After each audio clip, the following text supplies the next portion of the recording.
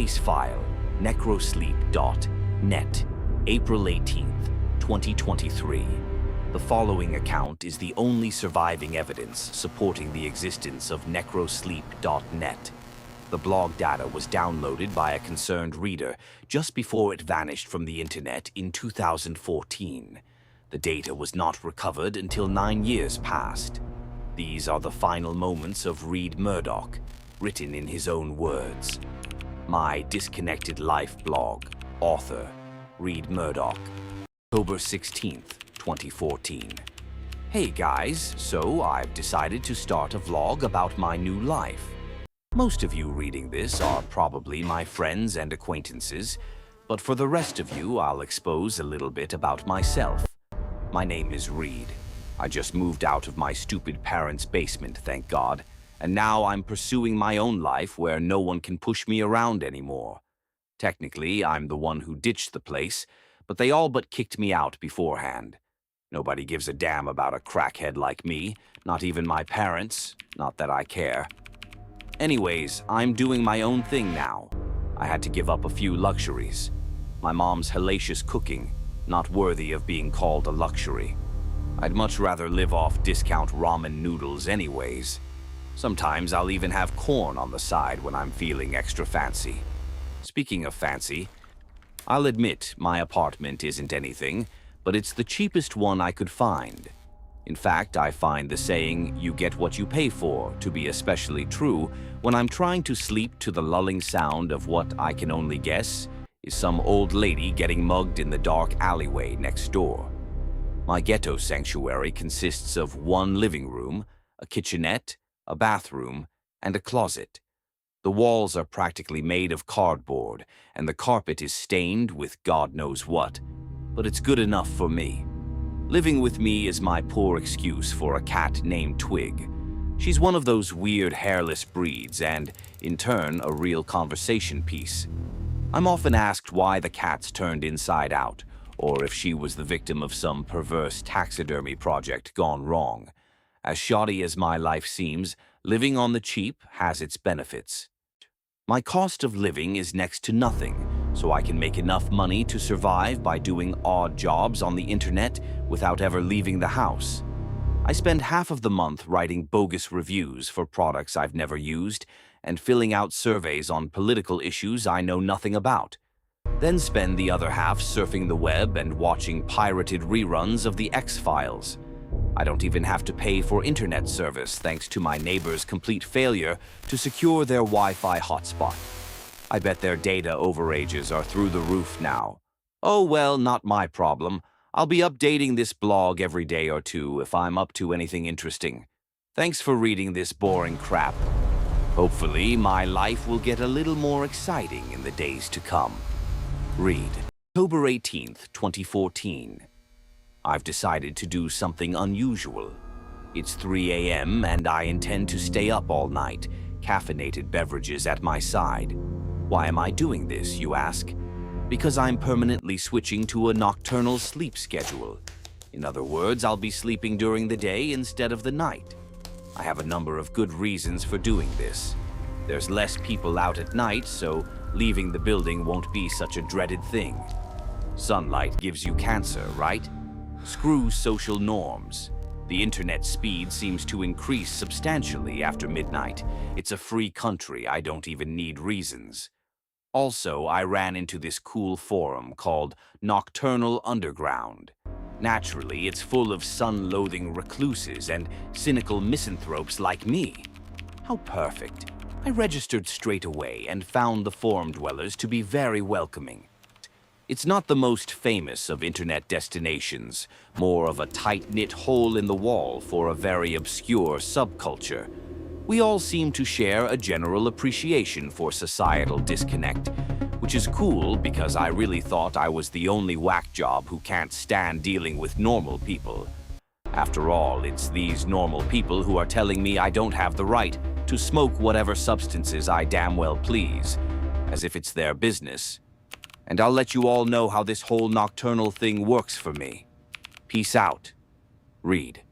October 21st, 2014. I'm adjusting very well to my new lifestyle. I can already tell this is the way I should have been living all along. The internet is a far more interesting place during the night. Everything has been fairly normal lately, except for one thing. Last night, I received a mysterious private message on Nocturnal Underground. Here's the message, copied and pasted for your reading pleasure. To Readman07 from Revelation 666. Subject, Necrosleep.net. Congratulations, Readman07. You've been invited to an invitation-only website that will change your life forever. Discover what society doesn't want you to know at Necrosleep.net. Use your exclusive invitation code to enter DCLXVI. Find out what you've been missing your entire life. Necrosleep.net. Sounds like a total scam, but it piqued my interest. I couldn't resist going to the site just to see what the hell it was. So I went there and arrived at a completely empty black page. I noticed the text cursor blinking in the center, indicating I could type there. I presumed that this was where I was supposed to type the invitation code, and I presumed correctly.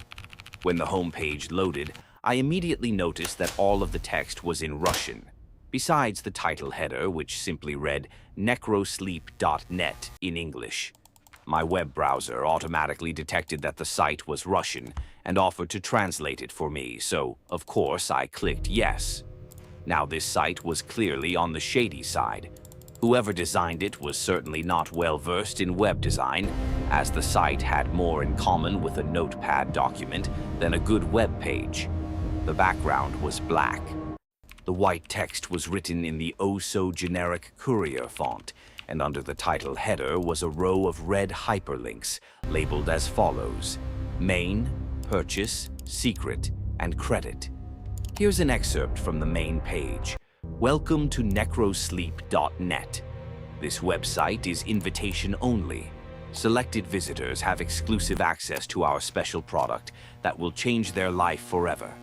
Necrosleep is a product that safely negates the biological necessity of sleep. Thanks to our miraculous secret formula, with one pill a day, you will never feel the need to sleep again. Try it for yourself by clicking the purchase link. If Necrosleep doesn't change your life, we will offer you a complete refund. Your astonishment is guaranteed. What a bold claim these people are making. There's no way this stuff actually works, otherwise everyone would be taking it. Obviously, I was skeptical and still am, but I clicked around the site a bit more just out of curiosity. I clicked the secret hyperlink, which took me to another page. Here's the text from said page. Necrosleep.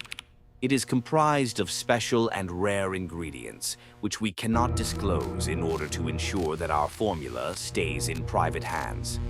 In order to keep our product available, it can only be distributed through alternative means on an exclusive basis. The active ingredient in Necrosleep has been sought after for years by doctors and scientists intending to displace sleep with wakefulness. Only we have managed to do what others could not. As permitted by the will of our master, we can assure you with full confidence that our product will change your life and you will never feel the need to sleep again. See, feel free to indulge in our secret. Alternative means? More like black market. Whatever's going on here doesn't appear to be legal, exactly. Not that I care about the law, I just get untrustworthy vibes from this site. Anyways, I continued on and clicked the credit hyperlink. My heart skipped a little when I was confronted with, honestly, the most uncanny photo of a living person I've ever seen. It was an old black and white photo of a tall man in a doctor's coat. If he wasn't standing upright, I'd say the guy was dead, but my guess is that he was just cadaverously unhealthy and probably blind from the looks of his pale, lifeless eyes.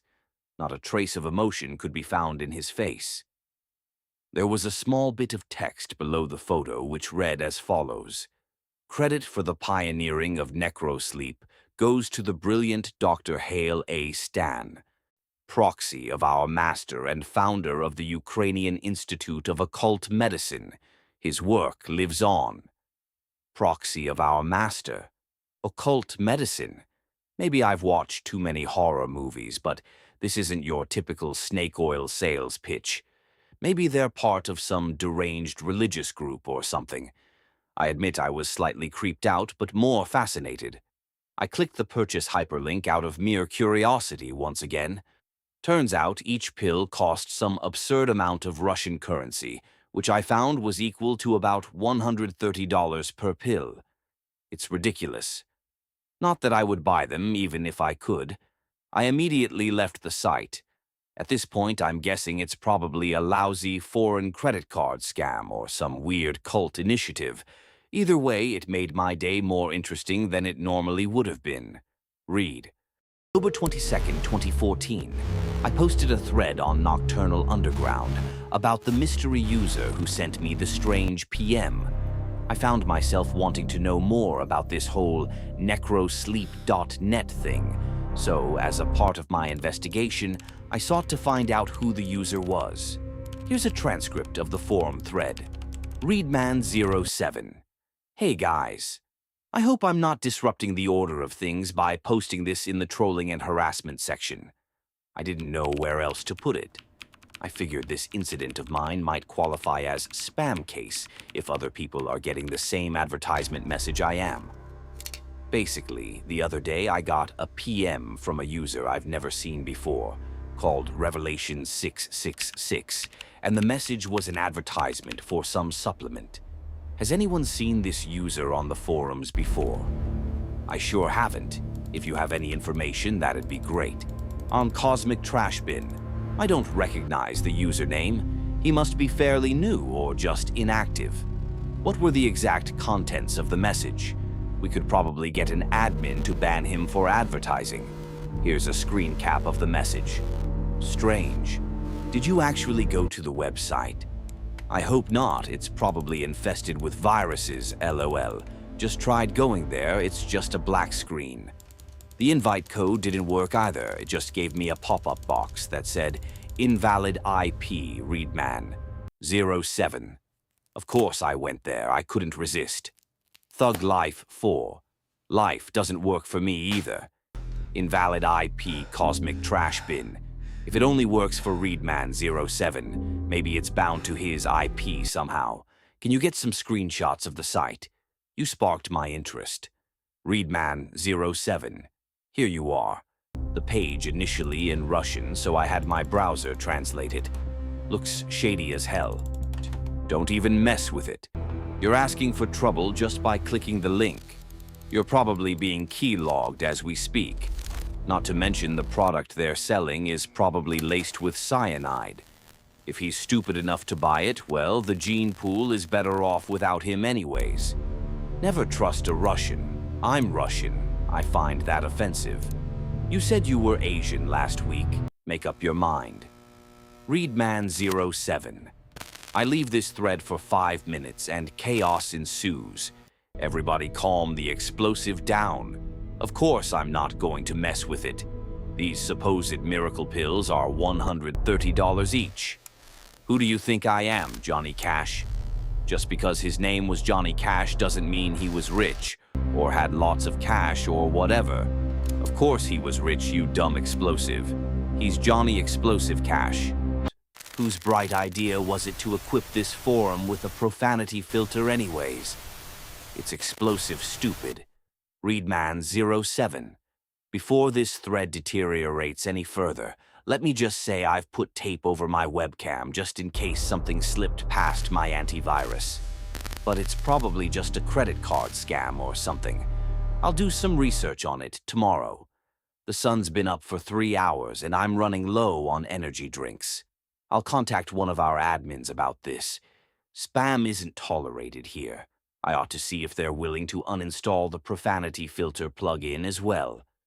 I got a message later on from H.G. Wishingwells, one of the admins, saying that the user Revelation 666 doesn't exist in the database, and that the only way I could have received the message is if the mail client was bypassed somehow. In other words, since somebody hacked the system just to send me a spam message. What the hell? Read. October 23rd, 2014, I finally got around to Googling Necrosleep. The results were mostly irrelevant YouTube channels and defunct 90s screamo bands from the looks of it. But I noticed among the garbage results a link to a post on fastmd.com. The preview said, "Does anyone know if this Necrosleep stuff actually works?" So I clicked on it, only to be directed to a page stating, "The post you're looking for has been deleted and no longer exists." I should have known. Nothing can ever be easy and predictable. I returned to the results and had to scan over several pages of them before finally running into an old gaming forum thread where the website necrosleep.net was mentioned. This time, the post hadn't been deleted. In the middle of a conversation about maximizing crop production in some medieval strategy game, one of the users claimed to have taken Necrosleep in order to attend to his virtual farm 24 hours a day. Needless to say, the other forum patrons were highly skeptical. The guy posted a link to necrosleep.net in an attempt to back up his claim, ultimately failing to convince them because, you guessed it, the site was bound to his IP address. He also had the same invitation code as me, DCLXVI, leading me to believe it's just a formality intended to make you feel special. But that doesn't explain why and how my IP, and apparently somebody else's, got singled out. The braggart then claimed that there was irrefutable proof of his ceaseless wakefulness in his endgame score. In relation to the length of time his account has existed, his score was excessively high. So high, in fact, that it would be impossible for him to attain so high a score in so short a time frame, unless he was playing the game for at least 21 hours a day, which leaves practically no time for sleeping. Despite all that, they attributed his accomplishment to an automatic bot program that operated the game for him during the night. Since cheating in this way is against the game's rules, his account was promptly banned according to the moderator at the end of the thread. Sure enough, in little red letters below his forum avatar were the words, "Banned for bot abuse, August 12th, 2006. I couldn't find any more relevant results for Necrosleep or necrosleep.net other than what I've just told you about. Looks like these online dope dealers are pretty stealth. I'm just dying to know what their real motives might be. 'Cause I could think of a million better ways to steal someone's credit card number or peddle quack remedies. It could be a prank, but evidently this has been going on since 2006 at least. Perhaps some jokes just never die." Read. October 25th, 2014. I got another PM from Revelation 666. Am I the only one who gets creeped out by that name? Knowing what I know now, it makes me uneasy to think about the great lengths this user went to contact me specifically. For some reason, they stealthily bypassed the system just to send me these messages and make me this offer. Here's the message I just received. "Congratulations, Readman07. You've been selected to receive a free 30-day trial of Necrosleep. Claim your exclusive reward at necrosleep.net/backdoor. Find out what you've been missing your entire life, risk-free." Once again, my curiosity got the best of me. Bracing myself for whatever scam was coming my way, I clicked the link. I was taken to a page asking for my address, nothing more. I thought about it carefully, knowing full well that these people likely have malicious intentions. But if I entered my post office box, what's the worst that could happen? Worst case scenario, they send me some junk mail or some faulty pills. The point is that I'll finally know what they want from me. I entered the address. Read. October 28th, 2014. I decided to go back to the thread I posted on Nocturnal Underground and let people know what's up. Sure enough, the reactions were amusing. Well, guys, it happened again. Look at the attachment. Don't tell me you clicked on this one too. I did. Then it asked me for my address, but don't worry, I only entered my P.O. box. Are you out of your explosive mind? I take it you couldn't persuade the admins to disable the profanity filter. No ex would have Sherlock. Apparently, they get a huge kick out of watching us quarrel over it. I wouldn't be surprised if H.G. Wishingwells sent me these weird messages just to stir up some controversy around here. Neither would I. The mystery has been solved. Everybody go home. H.G. Wishingwells. In all seriousness, I had nothing to do with this. I swear on my grandmother's life. Readman07. Swearing on the life of a dead person isn't exactly the most convincing way to plead. I think the joke's gone far enough. HG, did you do it or not?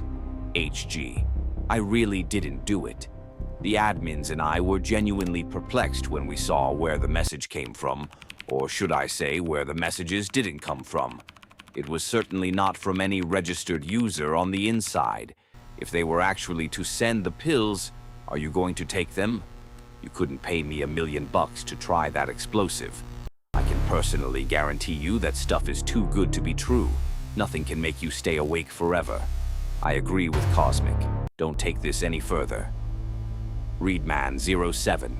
Even if they do send me the pills and it's not just junk mail, I'm not going to take it unless I find some more information on it. Do you really think I'm that stupid? Chill out, guys. I probably won't update this thread anymore, so follow my blog if you want to know what's up with me. The link's on my profile. Well, we pretty much ruled out the possibility that it's a prank by the admins. I don't think H.G. Wishingwells would carry on a prank this long, nor would he lie so blatantly. And even if one of the other admins were to prank me, I can't imagine they would do it with some Russian supplement pitch. It's just all too strange. October 30th, 2014. Last night, I had a buddy of mine deliver the mail to my doorstep in exchange for some coding work on his Flash site. I'll do just about anything to avoid leaving the building, but that's not the point. The point is that I received an envelope with no return address, yet I immediately knew who it was from. The envelope was old, very old, like it's been sitting in a dusty attic for decades. I opened the stained envelope only to find a smaller manila envelope inside, also rather old-looking. Inscribed on the small envelope was the word Necrosleep, and a word of advice on storing the packet in a cool, dark place for maximum potency. The words appeared to have been stamped onto the envelope rather than printed. I opened the small envelope, and sure enough, there were 30 black pills inside. More crude than what you might get from your local pharmacy. Now, before you all start freaking out, I'm not going to take these. At least, not until I can dig up some more reliable information on it. Now I know that these Russian dope dealers weren't just trying to send me junk mail. The question is, why would they send me the pills if they don't actually work? Surely they must want my money, which they wouldn't get after a failed 30-day trial. What if they're trying to kill me? I never did have a good feeling about any of this, but the curiosity is killing me. Read. October 31st, 2014. It just occurred to me that I completely overlooked something. I never researched Dr. Hale A. Stan, the guy who apparently had something to do with Necrosleep. So I did a quick Google search and found, much to my surprise, that he had his own article on Wikipedia. The article states that Dr. Stan was a Ukrainian scientist and physician who claimed to have been directly involved in the experiments portrayed in a 1940 motion picture which documents Soviet research into the resuscitation of clinically dead organisms. Here's an excerpt from the article. The motion picture, Experiments in the Revival of Organisms, depicts various disturbing medical experiments conducted on canines, one of which involves keeping a dog's decapitated head alive with a primitive autojector machine that supplied it with oxygenated blood. The operations in the film were credited to Dr. Sergei Brukhonenko. However, Dr. Hale A. Stan incessantly claimed to be the one who really conducted the experiments and invented the autojector, and that they only credited Brukhonenko because Stan was sentenced to life in prison for illegally conducting gruesome experiments on humans. He believed that because he had consent for his test subject, albeit through bribery, he had not committed any immoral crime. The Lenin Prize was awarded to Brukhonenko for the autojector, while Stan remained in permanent imprisonment. It wasn't until they discovered the lost footage of his morbid human experiments that they had him executed by lethal injection. His last words, spoken in an unidentifiable language, died with him. Dr. Hale A. Stan was rumored to have pioneered a variety of cures for major conditions, such as narcolepsy and epilepsy. Although the results were not published in a scientific manner and therefore the majority of his alleged accomplishments were unverifiable and seemingly occult in nature, the number of people he had apparently cured of various incurable afflictions between 1930 and 1940 was in the thousands. Attempts to replicate his documented remedies ultimately failed, leading most to believe he was practicing pseudoscience. It is believed by some that Dr. Hale A. Stan has a following to this day, and that his miracle cures are still being practiced and peddled from Russia and Ukraine. Some claim to have received mysterious emails and offers pertaining to Dr. Hale A. Stan's work. All investigations revealed no evidence to support these claims. I should like to tell you that I have seen some of the experiments shown in this film actually carried out at the All-Russian Physiological Congress. As you can imagine, technique is everything. Long ago, science established the fact that animal organs and tissues isolated from the whole organism can be maintained in a living state. But in order to achieve this, special artificial conditions must be created. Isolated organs can be brought to life, even though they've been removed from the animal's corpse some time after death. Here's a dog's heart. It can function as well in artificial conditions as in a living organism, and for this purpose, blood is introduced into the cardiac vessels. The isolated heart beats just as it did a few hours previously in the living dog. The following experiment is conducted on lungs taken from an animal. Bellows distend the lungs and fill them with air. The venous blood is forced into the lungs by the action of the pump. The dark venous blood passes through this tube in the lungs. It takes up oxygen and becomes arterial blood. The isolated lungs breathe, producing the same chemical changes as in the living animal. An animal's head can also live in the isolated condition. Here is the plan of the experiment. The arterial pump takes arterial blood from the reservoir to the head, while the venous pump drains off the venous blood. The blood is arterialized in the reservoir where there is a steady flow of oxygen. The artificial blood circulation ensures the metabolism necessary for the life of the head. The isolated head lives on for hours and reacts to external stimuli. The isolated head even reacts to light and the sun. The revival of individual organs enabled scientists to proceed to experiment on reviving the whole organism.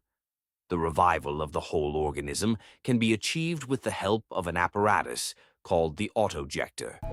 The autojector carries out the functions of the heart and lungs. We begin the experiment of revival. The experiment is carried out on a dog. A substance which prevents clotting is introduced into the animal's blood. The dog is under an anesthetic. It doesn't feel pain. No interruption of the animal's normal functions has yet occurred. The dog reacts to touch. Its pupils are normal. A special apparatus, the chemograph, registers the breathing and the function of the dog's heart. The person breathing abnormal. The experiment begins. All the blood is drained out through the carotid artery. The heart has stopped. This is one of the animal's last gasps. This is a final breath. The dog is dead. Without operative interference, death would be final, as the disintegration of the body cells would gradually set in. The autojector is being attached before starting the revival. The arterial pump is connected with the artery. The venous pump is connected with the vein. 10 minutes have elapsed since the animal died.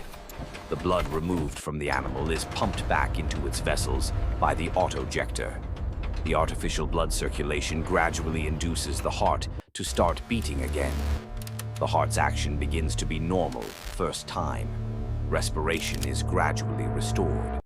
We can now disconnect the autojector and leave the organism of the dog to maintain life with its own resources. The dog is still weak and can't move. After 10 to 12 days, the dog returns to its normal state. I'll admit some of this stuff unnerves me. Morbid human experiments aren't exactly pleasant things to look into, but it seems to me this guy was just doing what was necessary to advance his research. Maybe he really was onto something. Maybe his cures couldn't be replicated because they were so advanced. I don't really know. All I know is what I received, one of those mysterious offers that supposedly don't exist beyond hearsay. Maybe there's something to this. Maybe I really was selected to receive a gift too great for the masses. Maybe they were dead serious when they said this would change my life. Read. November 1st, 2014. I'm holding the pill in my hand, ready to take it at a moment's notice. I've been thinking hard about this. I know it's not the safest thing to do, but I'm a risk taker. If this turns out badly, I don't have much to live for anyways.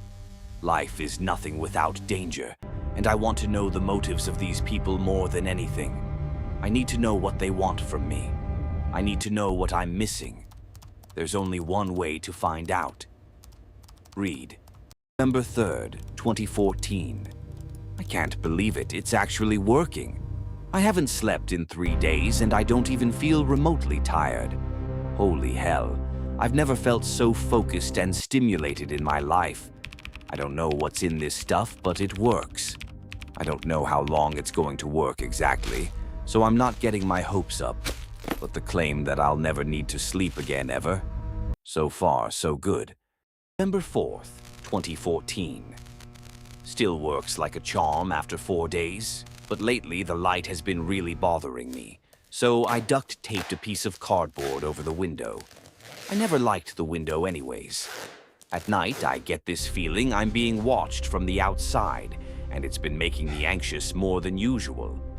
It's easy to think you're seeing something uncanny out the window until you realize it's just your own reflection, distorted by the cheap glass pane. Anyways, that issue has been resolved. I also found something interesting when I was taking my nightly pill. Until recently, I failed to notice a symbol stamped on the inside of the small manila envelope. Yes, the inside. I know I've seen the symbol before, but I can't remember where exactly. It's a downward-pointing pentagram with what I think is a goat's head inscribed within it. Maybe they just reused an old envelope and turned it inside out or something. Read. November 5th, 2014. Thanks to one of my followers for pointing out something I didn't realize. The emblem inside the envelope was actually a satanic symbol. Yeah, needless to say, I'm definitely not taking this crap anymore. This sort of thing really creeps me out. I'm done. I wish I had read the message before I took it tonight. I'll just quit tomorrow. I mean, it hasn't harmed me thus far, and I feel great, so maybe I'm just being paranoid. It's just a symbol, probably a printing mistake or something, but screw that. I'm not messing around with demonic affairs. No way in hell. Read. November 6th, 2014. Over the past week, I've been taking one of these pills at exactly 10 p.m. each night. I planned on stopping the pills tonight, but around 10:30 I started getting this horrible headache, and it got progressively worse. I was thinking maybe it was just me adjusting to suddenly going off Necrosleep. So I waited another hour and I just couldn't take it anymore. I took another pill. I know I could quit if I wanted to, but I'm starting to think there's no reason to. I mean, I don't have to sleep anymore. I've been feeling energized. I should just man up and stop being irrational. Read. November 9th, 2014. I've been making a killing with all this free time and newfound focus. I made $5,000 in a single day of trading virtual property. That's not including my online poker proceeds over the last week, which are through the goddamn roof. Suddenly, I have this intuitive grasp of numbers that I've never had before. I've been living my life in a daze until now. They were right. This really is changing my life. November 11th, 2014. Here's a rather peculiar story for you guys. I was sitting on the couch, minding my own business, when I noticed a couple of gleaming eyes staring at me from the dark corner. I thought nothing of it, knowing it must have been Twig skulking about. Cats have reflective eyes. Who else would it be? I looked away, and at that very same moment I felt it. Twig's wrinkly little self curling up next to me. I looked back toward the corner, those beady eyes still fixed upon me, with Twig clearly at my side. I blinked and the eyes were gone. Man, my brain's really trying to screw with me. It had to have been mental, yet I remember with such lucidity. Come to think of it, I should have known it wasn't Twig from the start. Cat's eyes don't glow red. Anyways, let's hope it was just a freak brain malfunction. After all, what else could it possibly be? Read. November 12th, 2014. I'm going to run out of food eventually. Obviously, I could go to the store and restock myself, but the thought scares me. The thought of leaving the safety of my apartment. The thought of social interaction. I now dread it more than I ever have. I never have preferred going out to staying in, but I've never dreaded it this much. I wasn't always so terribly afraid. None of my instant messenger friends have been online lately, and they stopped uploading my blog post. Who's going to get my groceries? What if I have to go out there? I shouldn't be panicking like this, honestly. I'm being stupid. Stop panicking, you idiot. Stop panicking, you idiot. Stop panicking, you idiot. Read. November 13th, 2014. My friend Jake came online. It was a temporary relief that lasted about as long as it took him to say, "I'm not dropping off the food until you agree to get out of the house." That was his offer, entailing that I leave the house and go clubbing with the guys in exchange for help. I declined out of pure fear. He was worried for my health, apparently. I can't blame him for thinking I'm becoming a feral hermit, doomed to die alone in his pathetic slum. But he just doesn't understand. Nobody understands me. At least I'm pretty sure I got enough food to last till Thanksgiving if I stretch it. Read. November 15th, 2014. I need to tell you all about another strange experience I had yesterday. I've been leaving my TV on lately, so the silence doesn't irritate me. That children's show, Bucko's Garden, was on. You know, the show we all watched as kids until we matured enough to realize how mindless and nonsensical it was. Yeah, that show. It was playing in the background on my boxy old TV in the corner. Eventually, it distracted me and I found myself zoning out into it for lack of better things to do. It must have been a Thanksgiving episode, considering Bucko, a guy dressed like a deer with a human face, was in the kitchen preparing sweet potatoes and cranberries. This is about as intelligible as this show gets. Things got a bit weird when he decided to let the anthropomorphic cranberries go into his garden at the last minute, as if they were captive insects. The sweet potatoes weren't so lucky. Bucko sent his bird friends to retrieve a pumpkin pie from the pie tree, and his squirrel friends to collect gravy from the gravy cow, who coincidentally regurgitated mashed potatoes to boot. I told you the show was weird, but that's not even the start. I didn't realize something was off until Bucko pulled out a knife. A full-fledged razor-sharp knife that you wouldn't expect to see in such a benign show. With the other hand, he opened the oven and pulled it out. Not a ham, not a turkey. A roasted human fetus. Mother of God. I couldn't even believe what I was seeing. How on earth could this be allowed on television? Were my eyes deceiving me? I don't know, but I turned it off as soon as he started cutting into it. The gore was too much, even for me. I'm still having a hard time believing what my own eyes clearly saw. I couldn't have been dreaming. I haven't had so much as a nap in 15 days. I don't even know. Maybe something's wrong with me. I've been forgetting my PC login password, even after I changed it to something else and wrote it down. I forgot where I wrote it down, and where I wrote it, forgot it down. I can't even think properly right now. Read. November 18th, 2014. I'm not going to lie. I'm scared out of my mind right now. I walked into the bathroom planning to take my first shower in weeks. I never imagined I'd open the door and see anything more than my own reflection in the mirror. Instead, I saw it standing behind me, staring completely motionless. I froze and panicked more than I ever have in my entire life. I swear, you don't know true fear. You don't even have a clue. I can still see it engraved in my mind. The face, it was demonic. It was gone as soon as it came. I'd say I was just imagining things, but it felt all too real. I'm not going into that bathroom ever again. I'll just go in the kitchen sink or something. I can't handle this. I wonder if these pills are screwing with my head. I need to stop. I need to stop now. I don't even feel safe in my own apartment anymore. I feel like the shadows are watching me. Read. December 20th, 2014. I tried to stop the pills again, but I had a change of heart at the last minute. Something told me not to, like a voice in my head. I just feel like it would be wrong, and somehow my life would fall apart if I stopped. I don't think this is normal, the way I'm living. I can't imagine it any other way. I can't imagine stepping out into the light, or even the moonlight for that matter.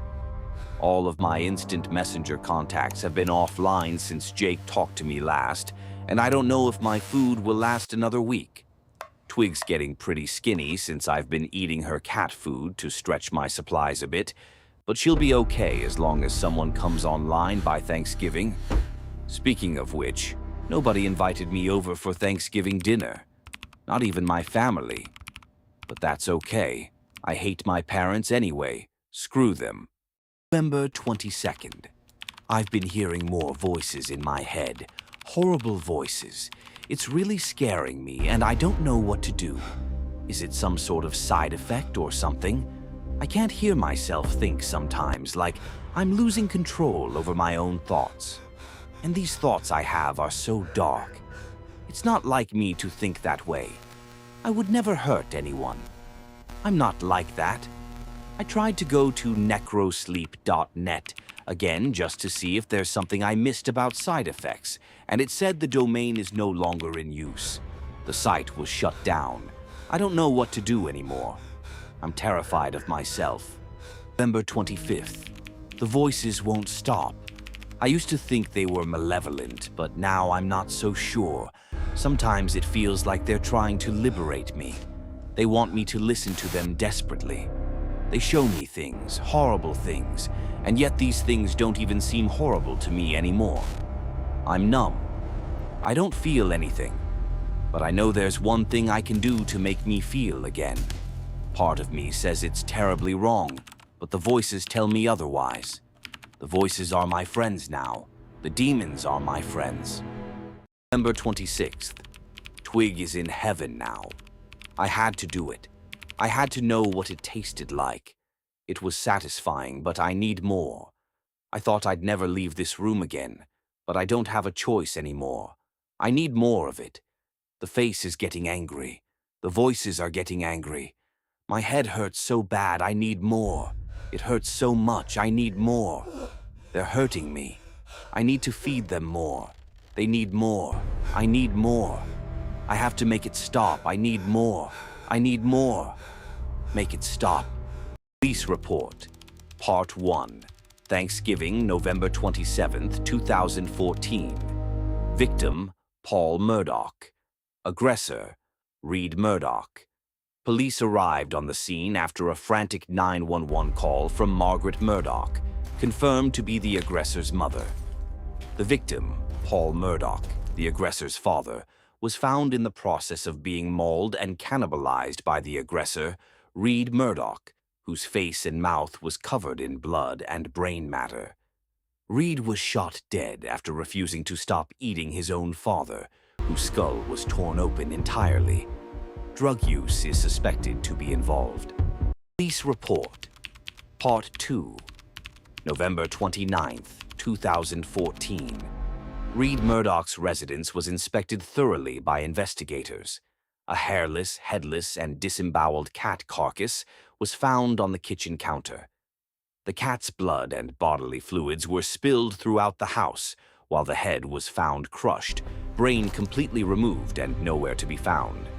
The apartment was clearly inhabited by an utterly insane individual, given the foul and uncleanly nature of the place. An old TV rested in the corner, turned on, displaying only static and white noise. It had no antenna. A suspicious packet of unidentified pills was recovered. The resident's computer and other personal effects were confiscated and await further analysis. Autopsy report. December 4th, 2014. Subject: Reed Murdoch. The contents of Reed Murdoch's digestive tracts was a disturbing mixture of human tissue, mostly brain matter, and cerebrospinal fluid. Examination of his own brain, however, was even more disturbing and perplexing. His brain was clearly and visibly deteriorating. The brain tissue was black and red rather than the usual pinkish gray and riddled with holes throughout. Closer examination revealed thousands of small black parasites to be consuming the brain. This was undoubtedly the cause of the man's insidious psychosis. Testing on the parasites was inconclusive, as they didn't match any known species. Further testing is required. The unknown pills recovered from Murdoch's apartment have been tested and confirmed to contain a vile plethora of uncombined substances, including obscure, highly addictive euphoric drugs, human hormones, and parasitic eggs, presumably meant to remain dormant in a cool place until introduced into the body, allowing them to hatch and evidently invade the brain. It is unclear how he acquired the pills and where they came from, although whoever concocted them surely had malicious intent. Police Report, Part 3, December 6th, 2014. Two friends of Reed Murdoch, Jake Fairfax and Douglas Lopez, were questioned at the police station. Immediately, they referred to his online blog, where he allegedly recorded his path to eventual insanity. It was found that the blog mysteriously disappeared off the face of the internet for reasons unknown. They were aware of the unknown pills Reed was taking, claiming they originated from the website Necrosleep.net. Investigators later confirmed the website does not exist.